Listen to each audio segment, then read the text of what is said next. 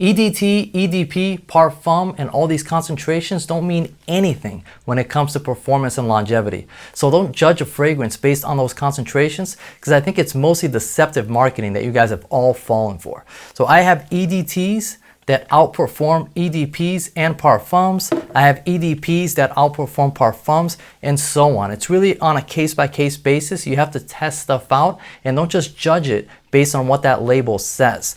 Like this one, for example, this L'Eau de Say Pour Homme. Now granted, this is an older batch. I think this one's from like 2014, but regardless, it doesn't matter because this is still an EDT, and the argument is that EDTs are weak.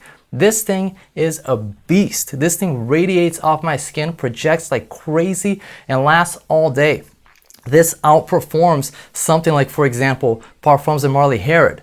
This is a heavier fragrance. It's an EDP. It should perform, and it doesn't. And this is a lighter citrus fragrance, which should have worse performance on like a heavier vanilla, sweet, spicy fragrance, and it doesn't. Dylan Blue, I get great performance out of this. Projects and lasts all day.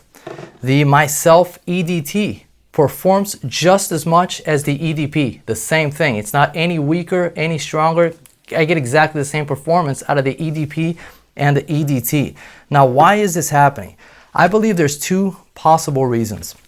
One is I think there's no governing body from what I can see that's actually regulating this stuff. So basically, it's kind of like the supplement industry. The FDA doesn't regulate supplements, so they can slap any claim on those labels and it doesn't have to be true. And I think with fragrances, you can label something as an EDP or a Parfum, and there's no one actually fact checking that. I don't think that companies get in trouble if it's not true. From what I can see, there's no one regulating that.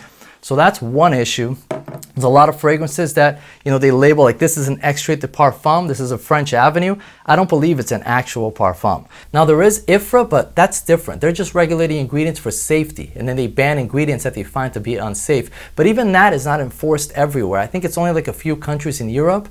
And as far as the concentration, there's no one regulating that. There's no one checking this stuff. So a company could come out with a fragrance, say that it's a Parfum, and there's no one checking to make sure that that's true and then holding these companies accountable if it's not. So they could just say whatever, especially these Middle Eastern companies. And the other thing that could be happening is they could be taking like an EDT concentration or something even weaker and just basically adding some kind of oil just to reach that threshold to where they can call it an EDP or Parfum. But they could be putting any oil. It could be something like vegetable oil, some unscented oil. It could be anything. The supplement industry has been doing this for years. It's called fillers. You'll buy like a supplement, like a big bag of protein, and you think that whole thing is protein, and they're putting like rice flours and bulking agents and all this other stuff in it.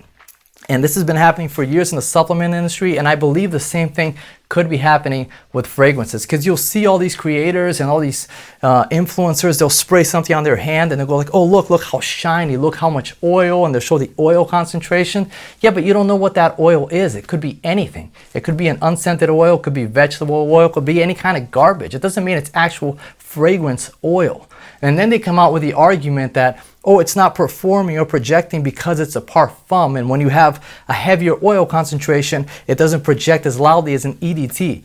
That's BS too. And I found out that's BS when I got a fragrance that I believe is an actual real Extrait de Parfum. This is Matière Premier Radical Rose Extrait. This is an Extrait. Tell me this thing doesn't project. This thing projects louder than anything I've ever worn in my life. This thing is a room filler. The projection is insane.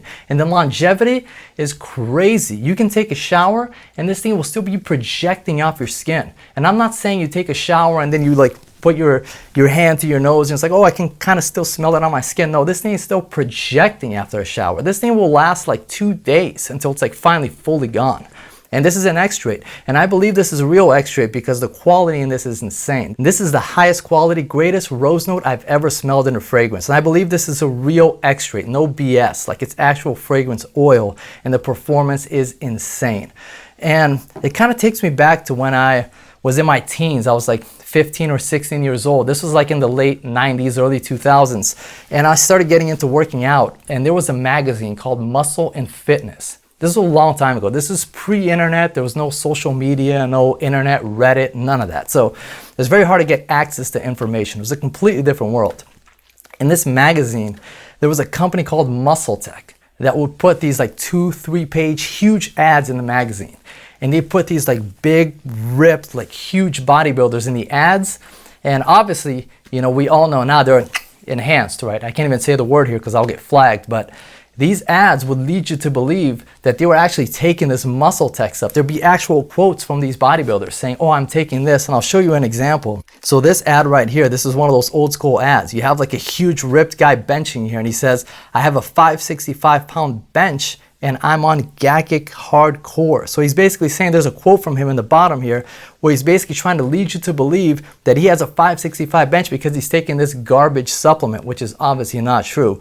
And this is when I found out, okay, so everything is just basically deceptive marketing. Everything is a lie. You can't trust anything. You can't believe anything. You have to just try stuff for yourself and figure stuff out for yourself.